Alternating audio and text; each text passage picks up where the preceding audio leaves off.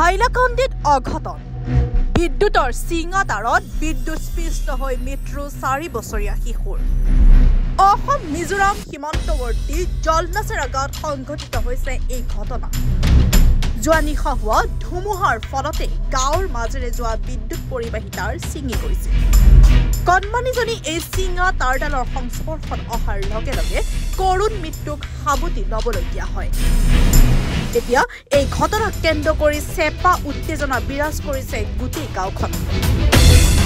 হাইলাকান্দিৰ পৰা সুৰজিত দেৰ ৰিপৰ্ট এনি ভাৰত 24 নমস্কাৰ মহৎপল দাস আৰু আপোনালোকে চাই আছে এনি ভাৰত আৰু আপোনালোকক জনাবলৈ পাই মই বহুত সুখী হৈছো যে আমাৰ সকলোৰে মৰমৰ শ্ৰদ্ধা জুবিন গাৰ্গৰ গীতসমূহৰ ভিত্তিত এটা খুব সুন্দৰ ৰিয়েলিটি শ্ব' এনি ভাৰতে আয়োজন কৰিছে জুবিনৰ গানে কি আনে এই প্ৰথম সিজনটোত অডিশ্যনছ আৰম্ভ হ'ব আগষ্টৰ পৰা অসমৰ বিভিন্ন জিলাত গতিকে মই সমূহ কলাকুশলী বিশেষকৈ যিসকল